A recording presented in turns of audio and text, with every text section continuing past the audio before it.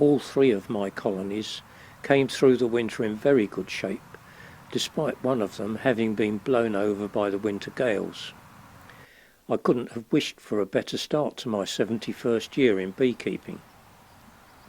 Having reached a stage where 2 colonies are quite sufficient for me to manage, I sold one and looked forward to a relatively quiet time looking after the other 2. I used to drive up this track to my bees, but the farmer ploughed it up to double the width of the headland. As a result, I had to hack a path through the nettle bed in order to reach my bees. By the end of March, the strength of both colonies had increased considerably, so I put supers on to give them a bit more room and also somewhere to store the honey that was coming in. One of my colonies took me by surprise in early May and swarmed. I collected it from a nearby hedge and put it into a new hive.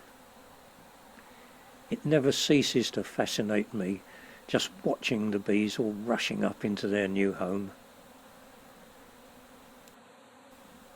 I now have 3 colonies. Not to be outdone, the other hive swarmed a week later. Luckily, I arrived to do my weekly inspection just as it was coming out. Luckier still, I saw the old queen on the ground in front of the hive, so I quickly disposed of her, and then after about 10 or 15 minutes, the bees all started going back into the hive from whence they'd come. In order to prevent it happening again, I artificially swarmed the colony by splitting it in 2. So now I had 4. After this they settled down, and in early June I took 50 pounds of honey off each of the 2 original hives. One day in late July, a swarm arrived and took up residence in a box of combs I had stored under the carport. Here you can see bees fanning a scent from the white Nasenhof gland in the base of their abdomen. This attracts the rest of the swarm to their new home.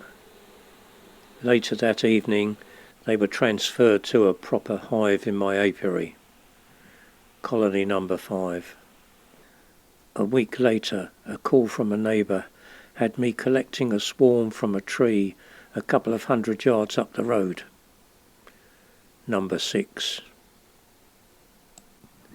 In August, a floral headland was really coming into bloom, but by then the main honey flow was over, and I'd taken 542 pounds of honey altogether from the hives.